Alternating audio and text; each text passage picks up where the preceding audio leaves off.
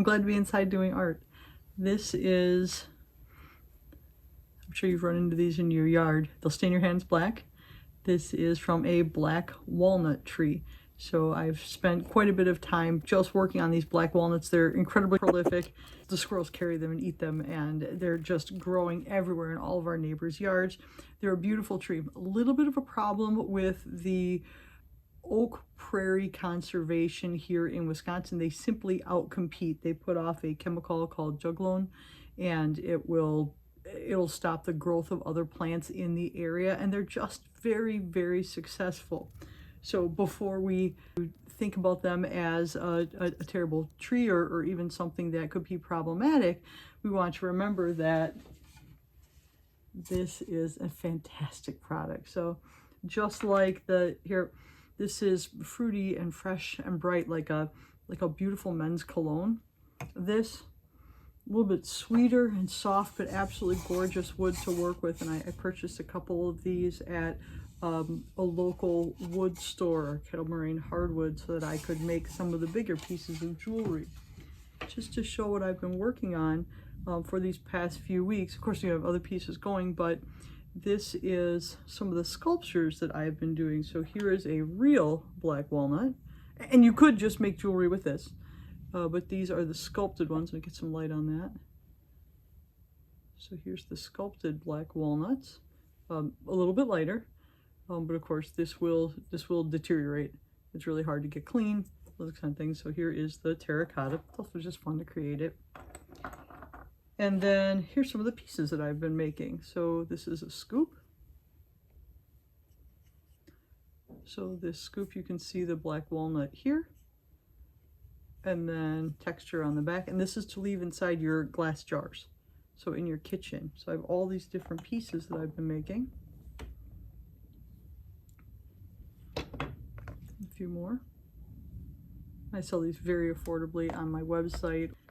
And now I'm going to be creating, just this morning I've been stitching up some of these earrings. So they have glass beads, and I've mimicked the walnut leaves with cotton fabric and cotton thread. So this is the pair of earrings. Here's another pair that I've already done. Here's its partner. Now these have the leaf sculpted on them, so it's just a simple bead. You're like, oh, well, they're not very shiny. They're not. No. When you're wearing art that is natural and meant to invoke nature, it is dark. It is a little grimy, but I like that aesthetic. So for me, it's great. And then here's another one, and these are smoked. So the terracotta is fully fired, and then I smoke them out in a fire out in my yard.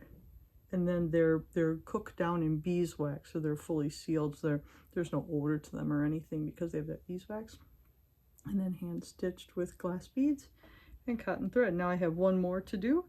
So now I'll be taking my little bitty, because of course you couldn't do this. This would be an awfully big earring, right? So I sculpt them very tiny, but they're all of the details really small. So let's get to work. We have glass beads right here. And then we have, of course, needle and thread. Oh, let's move this. Here's one of the spoons. Let's move that out of the way. All right. So I just need my needle. And so this is just your sewing. So it's just like any other sewing project. So I line up my ends. Here we go. And wrap around the finger. Okay, I've got the crisscross. Roll it off. And I'm going to do, because of course I don't want to be dependent on just that knot. We'd want to use tension against the knot to strengthen, right? So now I'll come in. So here's my little opening. I come in. I grab one of the glass beads. I have the color set out that I was choosing. Let that fall, and that's just going to hold so that the thread doesn't come through. Double check, make sure my thread is even. Leave just a little tail, come back. But if you wanted to sculpt something like this at home, you could do it with Fimo. I like to use the terracotta. We don't need, there's places for plastic, I understand, but I don't think my art needs to bring any more plastic onto the scene or anything that I would be making for someone's home or or for them to wear. I like to avoid those plastic products. And then I'm coming in with, trying to get in between those two threads. There we go. Pull and take advantage of that knot. A range of glass beads that work well with casual folding. Back through the opening. Pull it tight, arrange my beads before I pull the thread too tight. So I can just get that little bit of brightness, just that hint. Just like there would be dew, you know, out in nature, you'd have that little bit of brightness. Okay, anchor bead on the back, and then beautiful greens. Just that little nice splash. Got a little leaf on the back. Watch the stitching.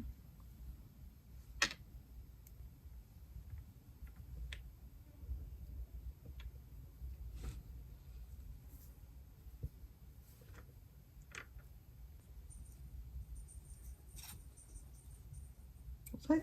Okay. So now everything's finished. There's no visible. Grab our hook.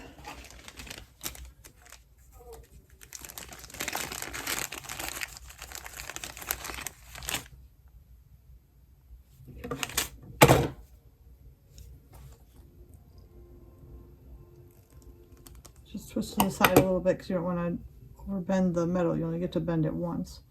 Otherwise you could compromise. You want to keep it as strong as possible. So that's it. We bend it out once and then in.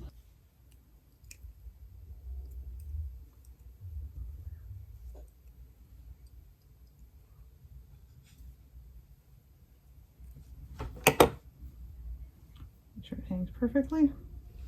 There we are.